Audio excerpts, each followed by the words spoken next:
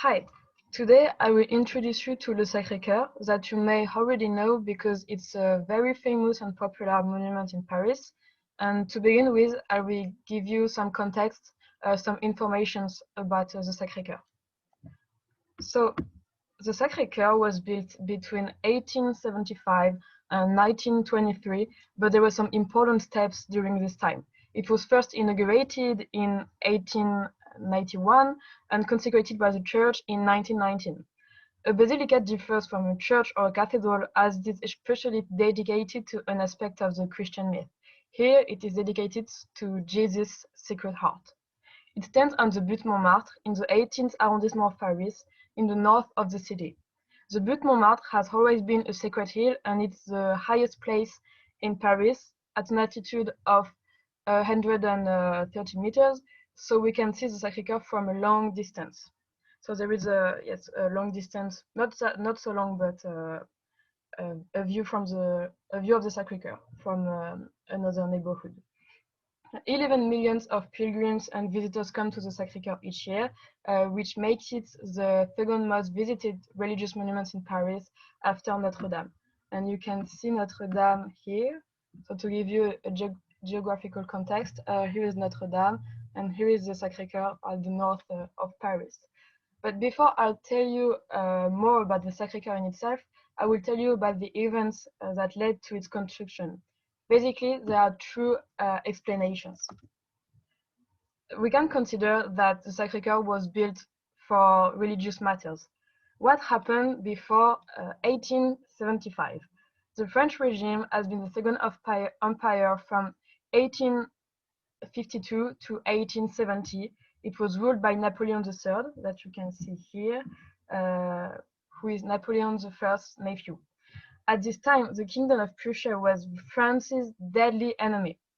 The tensions between the two countries led to the Franco-Prussian War in 1870, which lasted only 6 months, but it was enough to capture Louis Napoleon and make him resign. The Third Republic is proclaimed on the 4th of September 1870. On this day, the Bishop of Nantes, Félix Fournier, declared that France's defeat was a divine punishment as an aftermath of the French Revolution. He was an absolute Bonapartist, so he was very sad of Napoleon's defeat. It triggered a large wave of emotions in Paris Catholic circles and inspired dignitaries to start the construction of the Sacré-Cœur in order to redeem France for it had sinned.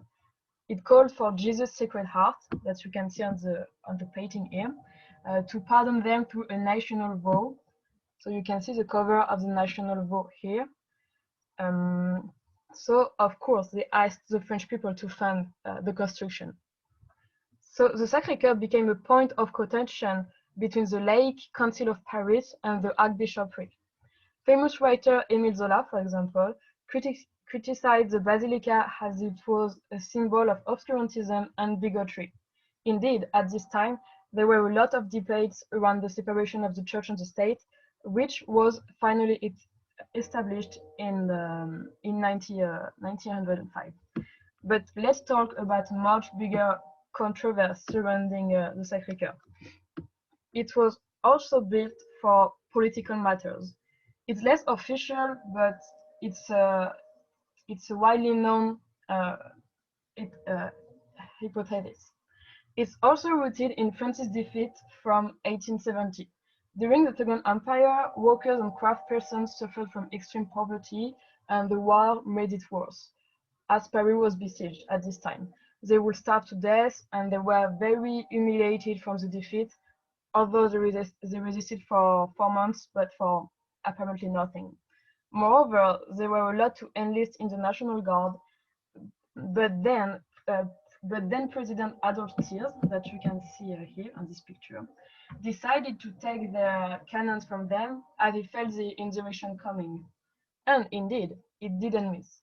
The revolution starts and the government has to withdraw in Versailles, which is traditionally a former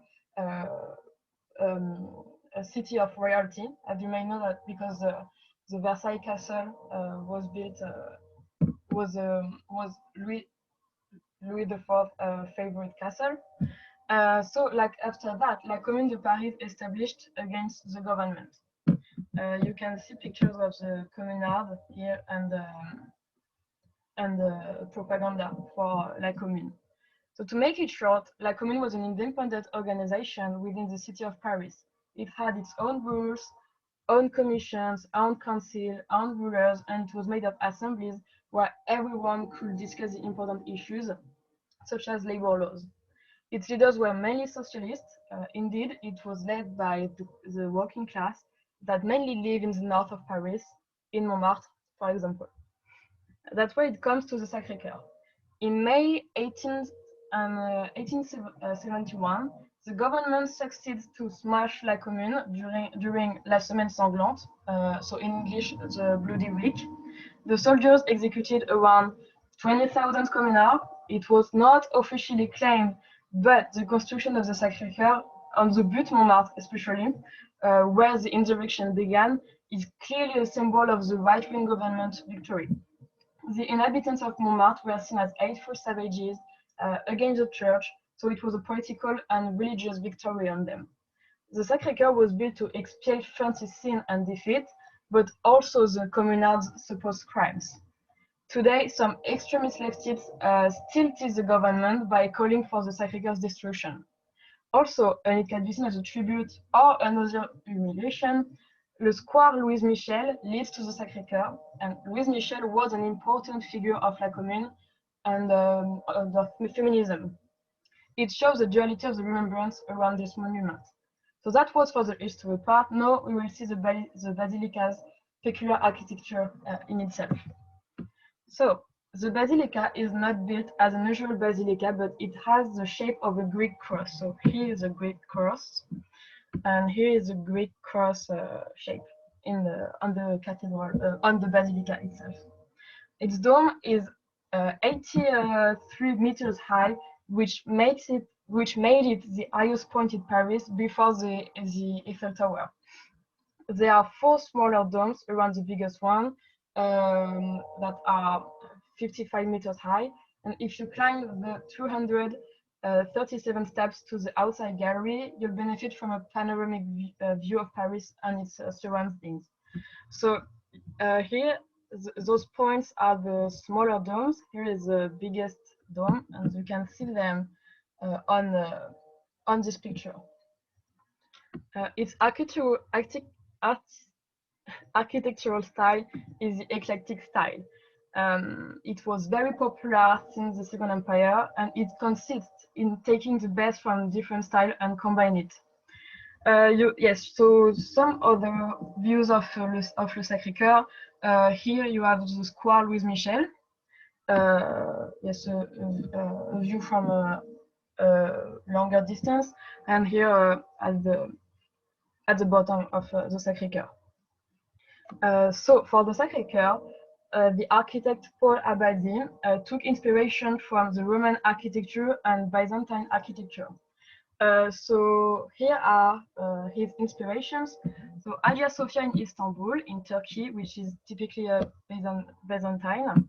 Saint Mark's Basilica in Venice, in Italy, and Saint-Front in Périgueux, in France, which is more Roman. And also, Paul Abadie participated in the restoration of Saint-Front. And the immaculate white stones gives an aspect of purity and longevity to the basilica. So a fun fact that you will be able to use in conversations to impress your friends. This type of stone that you can see here whitens in contact with the rain, which enables the Sacred Heart to clean itself. So also there is a scale pattern on all the domes. You can see them here, but I will show you closer later. And on the basilica, you can recognize important biblical figures. So here is Jesus with the Latin inscription, the most sacred heart of Jesus. Moise, Joan of Arc, and these sculptures were also political issues, especially nationalist, with this one, Saint Michel killing a dragon. which embodies the Republic. So the dragon is the Republic, it's bad, it's evil, and Saint Michel proudly and bravely shields the Republic. And Saint Michel is supposed to be a nationalist symbol. Also, the Basilica holds the biggest bell in France in the Campanile, that tower, very impressive.